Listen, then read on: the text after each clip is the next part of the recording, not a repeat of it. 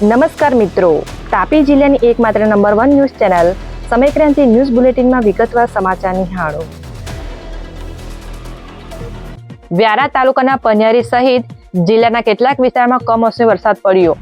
તાપી જિલ્લાના વ્યારા અને સોંગઢ તાલુકાના કેટલાક વિસ્તારમાં કમોસમી વરસાદ પડ્યો હતો, જ્યાં પવન સાથે વ્યારા તાલુકાના પનિયારી સહિતના વિસ્તારોમાં કમોસમી વરસાદ પડતા ધરતીપુત્રોમાં ચિંતા જોવા મળી હતી, જ્યારે લોકોને વરસાદને લઈ ગરમીમાંથી આંશિક રાહત અનુભવી હતી, જે માહિતી ગુરુવારના રોજ 10 કલાકે મળી હતી.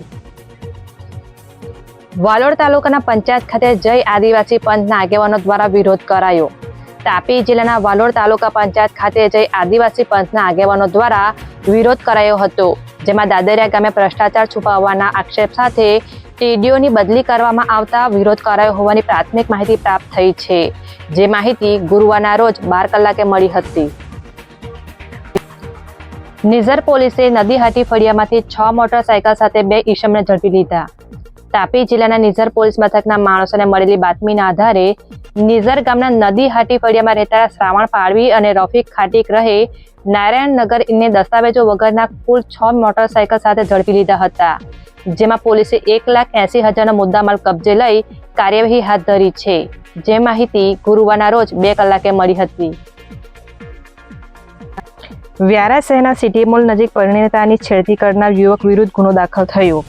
તાપી જિલ્લાના વ્યારા શહેરમાં આવેલ સિટી મોલ વિસ્તાર નજીક દહીં લેવા જતા પરિણીતાની છેડતી કરતા સ્નેહકુંજ સોસાયટીમાં રહેતા માલો પંચોલી વિરુદ્ધ ગુનો દાખલ કરવામાં આવ્યો છે, જેમાં યુવકે પરિણીત મહિલાની છેડતી કરી બિઝનેસમાં માંગણી કરી હોવાનો ઉલ્લેખ ફરિયાદમાં કરાયો છે, જે માહિતી ગુરુવારના રોજ 12 કલાકે મળી હતી.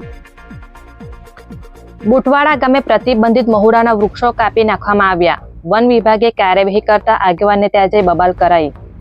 વાલોડ તાલુકાના બુટવાડા ગામે ગ્રામ પંચાયતમાં ઠરાવ કર્યા બાદ મહુડાના પ્રતિબંધિત વૃક્ષો કાપી નાખવામાં આવ્યા હતા, જે વૃક્ષ કાપવા બાબતે પ્રતિબંધ હોય, જેને લઈ વન વિભાગે કાર્યવાહી કરી વૃક્ષોનો કબજો લીધો હતો, જેની ફરિયાદ સહકારી આગેવાન નરેશ પટેલ દ્વારા કરવામાં આવી હોવાના આક્ષેપ સાથે કેટલાક ગ્રામજનો તેમના ઘરે પહોંચ્યા હતા અને બબાલ કરવામાં આવી હતી. જો કે મામલો શાંત થઈ ગયો હતો, જે ઘટના રાત્રિ દરમિયાન બની હતી, જેની માહિતી ગુરુવારના રોજ 11 કલાકે મળી હતી.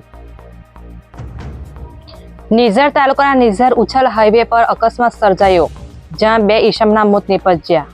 તાપી જિલ્લાના નિઝર ઉછલ હાઈવે પર 2 બાઇક વચ્ચે અકસ્માત સર્જાયો હતો, જેમાં સરવાળા ગામના દગા પટેલ અને દેવાડા ગામના સંદીપ ઠાકરેનું કરુણ મોત નીપજ્યું હતું. બનાવને લઈ નિઝર પોલીસે ઘટના સ્થળે પહોંચી કાર્યવાહી હાથ ધરી છે, જે માહિતી ગુરુવારના રોજ 1 કલાકે મળી હતી. ડોલવણ તાલુકાના ગળદ આરોગ્ય કેન્દ્ર ખાતે અધિકારીઓની હાજરીમાં કાર્યક્રમ યોજાયો.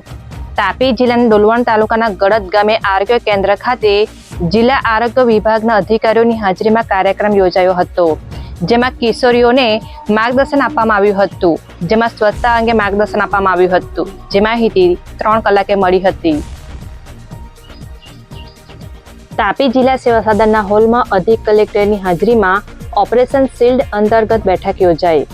તાપી જિલ્લાના સેવા સદનના હોલમાં જિલ્લા અધિક નિવાસી કલેક્ટરની હાજરીમાં ઓપરેશન શિલ્ડ અંતર્ગત વોલેન્ટિયર સાથે બેઠક યોજાઈ હતી, જેમાં સિવિલ ડિફેન્સ અંગે વોલેન્ટિયર સાથે ચર્ચા કરી માર્ગદર્શન આપવામાં આવ્યું હતું, જે માહિતી ગુરુવારના રોજ 1:30 કલાકે મળી હતી. વ્યારા નગરપાલિકાના શ્રી રામ તળાવ ખાતે કાઉન્ટડાઉનના ભાગરૂપે યોગ પ્રોટોકોલ શિબિર યોજાઈ. તાપી જિલ્લાના વ્યારા શહેરમાં આવેલ શ્રી રામ તળાવ ખાતે જિલ્લા પંચાયતના અધિકારીઓ અને અન્ય અધિકારીઓ તેમજ પદાધિકારીઓની હાજરીમાં આંતરરાષ્ટ્રીય યોગ દિવસની ઉજવણીના ભાગરૂપે રિહર્સલ કાર્યક્રમ યોજાયો હતો, જેમાં યોગ રસિકો હાજર રહ્યા હતા, જે માહિતી ગુરુવારના રોજ 11 કલાકે મળી હતી. સમયક્રાંતિ ન્યૂઝ ચેનલમાં તાપીના સમાચાર મેળવવા માટે ચેનલને યુટ્યુબમાં જઈ સબસ્ક્રાઇબ અવશ્ય કરીશો અને લિંક તમારા મિત્રોમાં શેર કરશો. આવતીકાલે ફરી મળીશું નવા સમાચારના અપડેટ સાથે. આભાર.